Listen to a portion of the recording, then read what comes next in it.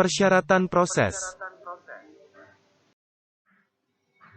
Persyaratan proses merupakan salah satu persyaratan dari 5 persyaratan dalam ISO 17025 tahun 2017. Persyaratan proses merupakan bagian yang hampir sama dengan persyaratan teknis pada ISO 17025 tahun 2005. Persyaratan proses berisi mengenai syarat perlu pada proses pengujian dan atau kalibrasi yang dapat mempengaruhi hasil uji.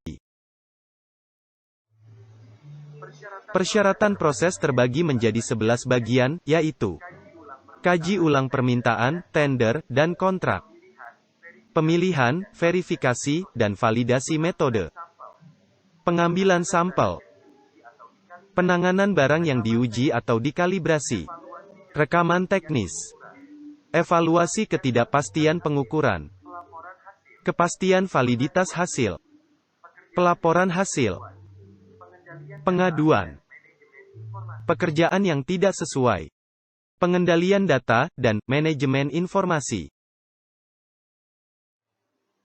Kaji ulang adalah kegiatan yang dilakukan untuk menentukan kesesuaian, kecukupan, dan keefektifan sumber daya laboratorium demi memenuhi persyaratan sehingga mencapai harapan pelanggan.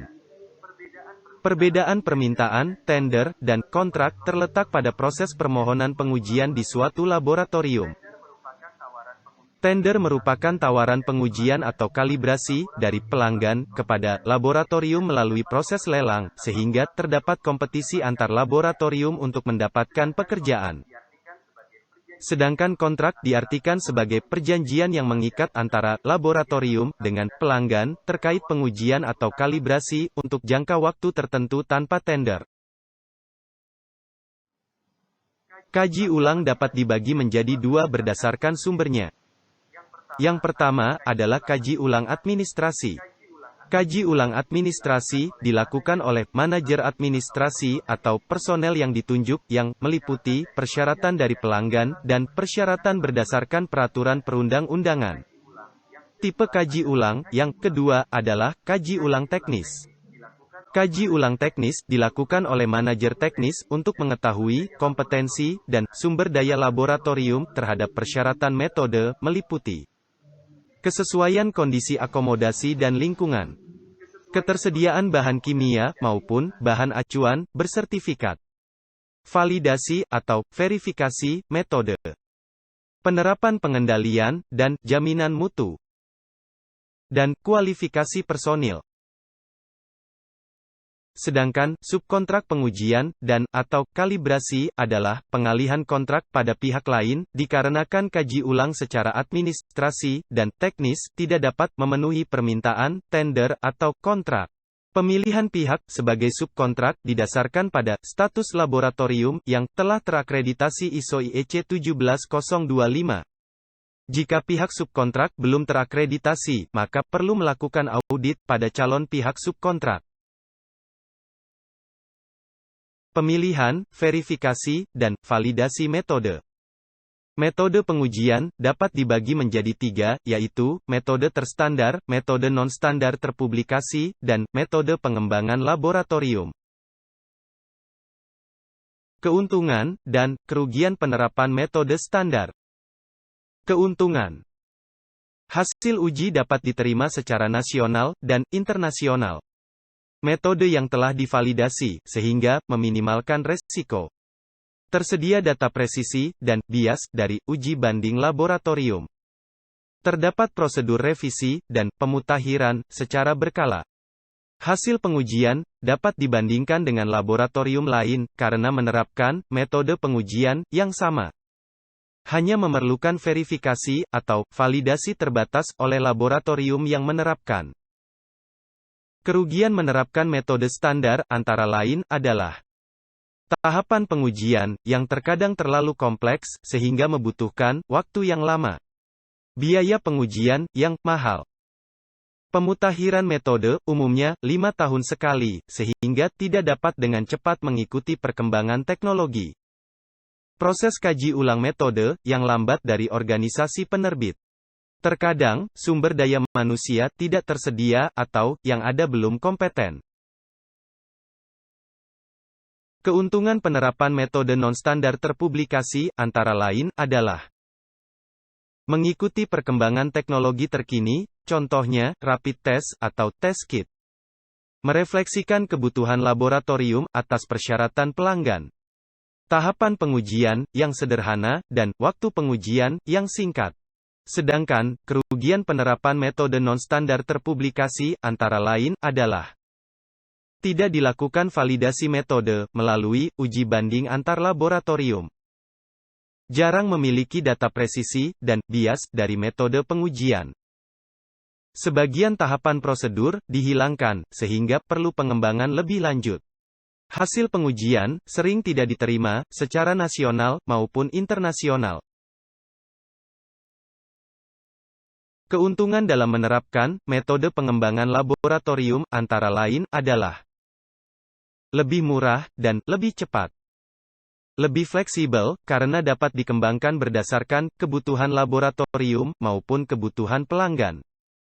Metode mudah dikaji ulang dan dimutakhirkan. Kerugian dalam menerapkan metode pengembangan laboratorium, antara lain, adalah kecil kemungkinan hasil uji diterima secara nasional maupun internasional. Jarang memiliki data presisi dan bias metode. Tidak dimungkinkan untuk diterapkan pada tujuan lain. Adanya masalah yang tersembunyi karena dasar teori yang sering tidak dipahami secara penuh. Berdasarkan paparan jenis metode tersebut, maka pemilihan metode diprioritaskan pada metode yang diterbitkan dalam standar internasional, regional, atau nasional agar hasil uji dapat diterima secara global. Pengambilan sampel merupakan suatu prosedur yang harus diikuti bila suatu substansi, bahan, atau produk diambil untuk keperluan pengujian atau kalibrasi yang representatif dari suatu populasi.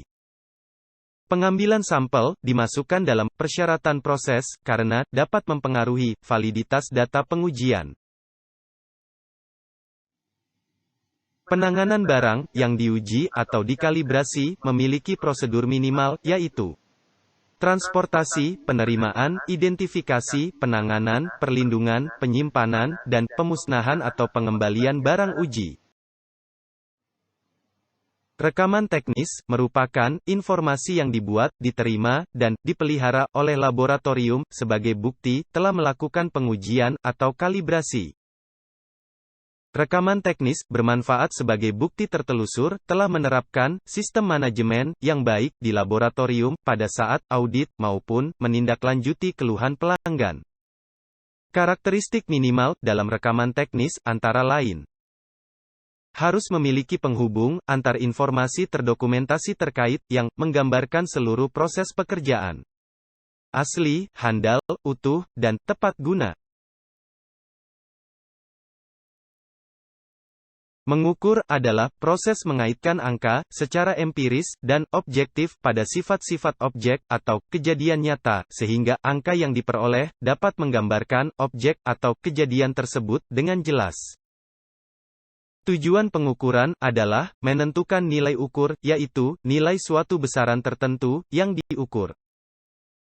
Pada umumnya, hasil suatu pengukuran hanyalah suatu taksiran atau perkiraan dari nilai suatu ukuran, karena pada kegiatan pengukuran terkandung kesalahan sistemik maupun kesalahan acak.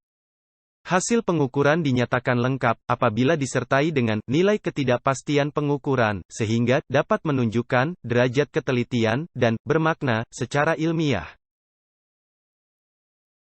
Kepastian validitas hasil dapat dilihat dari bagaimana laboratorium melakukan penjaminan mutu dan pengendalian mutu dalam pelaksanaan sistem manajemen mutu.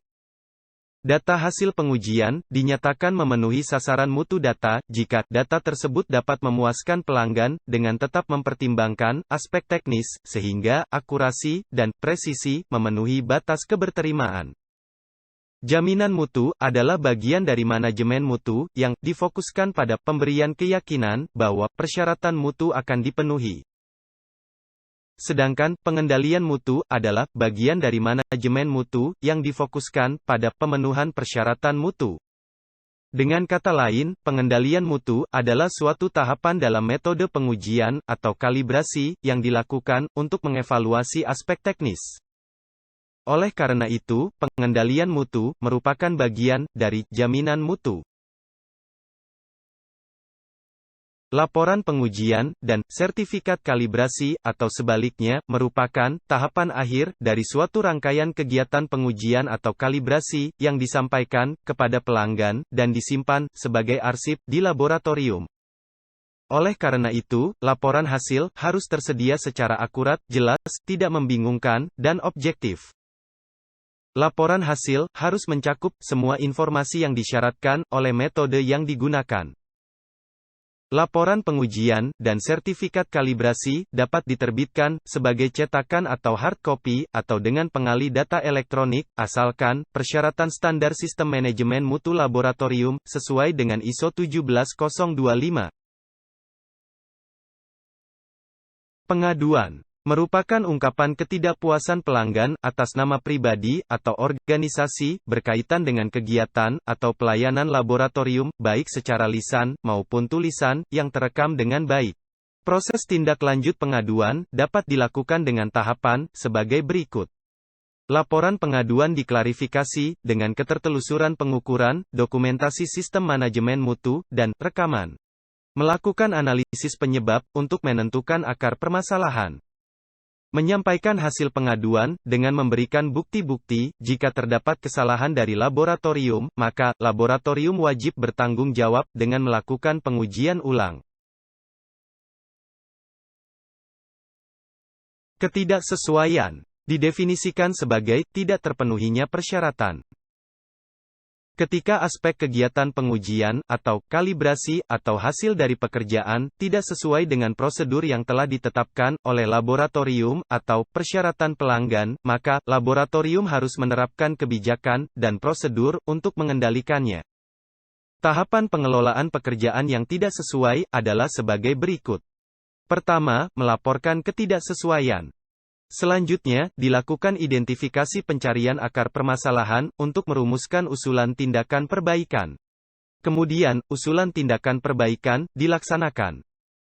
Langkah terakhir adalah melakukan evaluasi hasil perbaikan. Jika benar ada ketidaksesuaian yang signifikan, maka pekerjaan dihentikan. Berdasarkan ISO 9000, data diartikan sebagai fakta tentang suatu objek. Sedangkan, informasi merupakan data yang memiliki nilai. Dalam penerapan di laboratorium, data pengujian atau kalibrasi dapat menggambarkan suatu fakta yang objektif jika validitas data tersebut memenuhi kriteria batas keberterimaan dan ketelusuran metrologi yang dapat dibuktikan secara ilmiah, sehingga menjadi informasi yang bermakna. Agar dapat mencapai data hasil pengujian atau kalibrasi yang valid, maka laboratorium harus menerapkan praktik pengambilan sampel yang baik dan benar, serta praktik laboratorium yang baik dan benar.